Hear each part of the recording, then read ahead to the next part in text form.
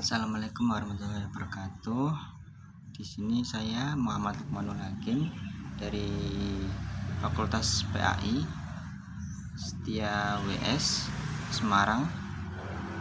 Untuk video kali ini saya akan membahas pendidikan Islam dan teknologi di era globalisasi.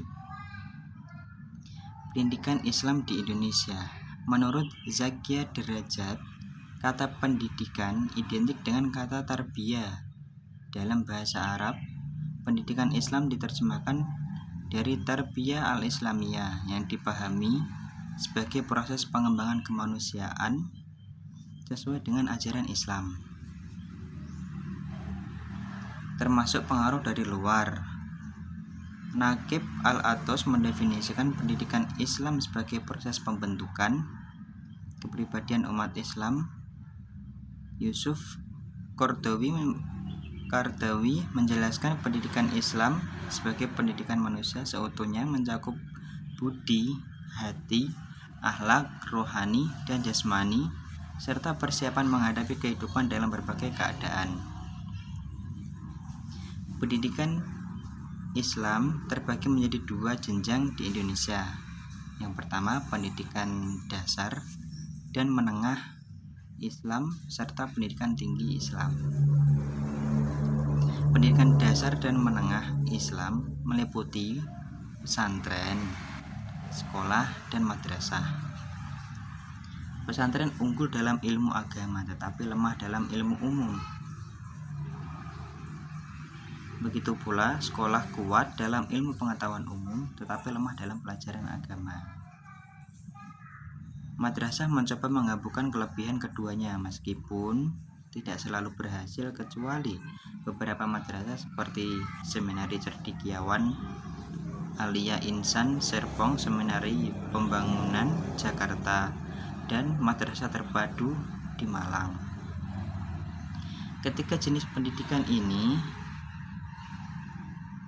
masing-masing menghadapi masalah seperti stigma terhadap pesantren dan kualitas pendidikan yang meragukan di madrasah.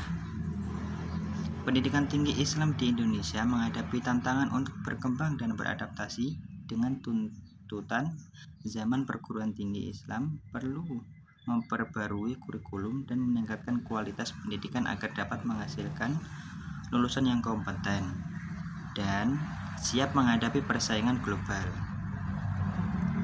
Pendidikan tinggi Islam idealnya mencakup pengembangan akal, hati, dan jasmani agar dapat menghasilkan manusia yang paripurna sesuai dengan konsep al-insan al-kamil dalam Islam.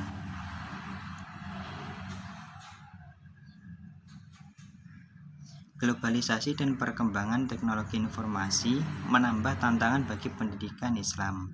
Pendidikan Islam harus mampu menyeimbangkan nilai-nilai agama dengan kemajuan ilmu pengetahuan dan teknologi, serta mempersiapkan masyarakat muslim untuk menghadapi perubahan sosial yang cepat. Ada kebutuhan yang mendesak untuk pembaruan pendidikan Islam di era globalisasi.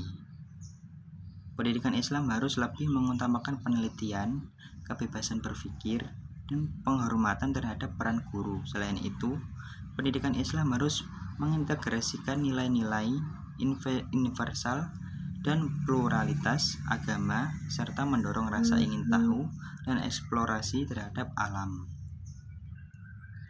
Pendidikan Islam di Indonesia harus menghadapi berbagai tantangan serta kebutuhan untuk memperbaiki sistem pendidikan agar lebih relevan dengan perkembangan zaman, meningkatkan kualitas pengajaran dan penelitian, serta mempersiapkan masyarakat muslim untuk bersaing di era global.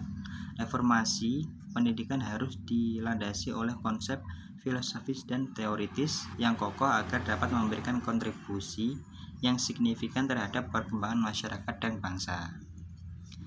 Sekian dari saya.